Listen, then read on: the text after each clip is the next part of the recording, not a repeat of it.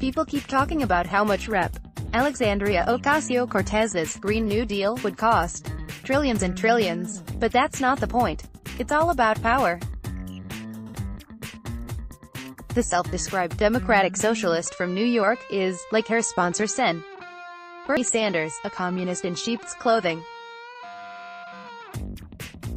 According to socialistworker.org, she was recruited to run by Brand New Congress, a political action committee founded by former Sanders staffers, and her campaign was shaped by it, as well as by the DSA, Democratic Socialists of America. Because she's only 29, she doesn't have the lengthy, radical record that 77-year-old Bernie compiled.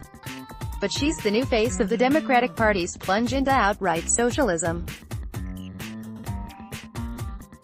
All 6 of the major announced contenders for the Democratic presidential nomination have endorsed her sweeping Green New Deal. She's also proclaimed that "I'm the boss" and warned that any Democrat members of Congress voting with Republicans will be put on a list for retaliation.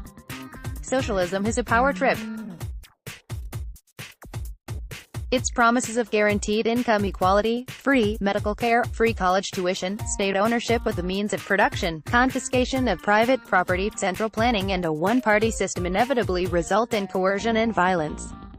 It took only 2 decades for Venezuela's democratic socialist revolution, for example, to produce an impoverished communist police state run by Cuban security forces. In the Communist Manifesto, Karl Marx wrote that socialism was the last evolutionary step on the way to communism. Think of communism as socialism with guns and a gulag. Representative Ocasio-Cortez's green scheme is so grandiose that it would require massive government force. Are Americans really going to put up with the government outlawing cars, airplanes and gas-driven lawnmowers, along with their firearms? Will they accept confiscatory taxes to pay for free medical care, free childcare, free college tuition and unlimited illegal immigration? Lots of eggs will have to be broken for this omelet. Socialist revolutions, whether by National Socialism, Nazism, or communism, require violence because socialism violates the laws of nature and nature's God, the sources of authority for our constitutional rights. Progressives, from liberals all the way to communists, express a view of human nature at odds with human experience. It doesn't seem to matter how many times misery and tyranny disprove their theories, they cling to them like Velcro. The progressive worldview begins with the idea that we're not created by and in the image of God, we're the product of random developments during millions of years of evolution. Lucky that somehow, against all evidence, we're innately good and only suffer problems like inequality because we lack a top-down system with brilliant managers to steer us toward human perfection. As Karl Marx and his co-author Friedrich Engels say it, the revolution can advance only by doing away with religion, families and private property. Eventually, they wrote, the state would simply fade away and we would all share everything in common, from children to spouses. Seriously. Engels, who, like Marx, was a first-rate cad, wrote glowingly of extramarital sex as a liberating experience. The sexual revolution was part and parcel of socialist thought in the 19th century, just as it's a driving force in the Democratic Party today, which pushes LGBTQ sexual anarchy and abortion up to the moment of birth, and beyond. A consistent feature of the revolution is that the ends justify the means, so, lies are as good as truth if they work. That's why it's not surprising that Ms. Ocasio-Cortez regularly emits whoppers.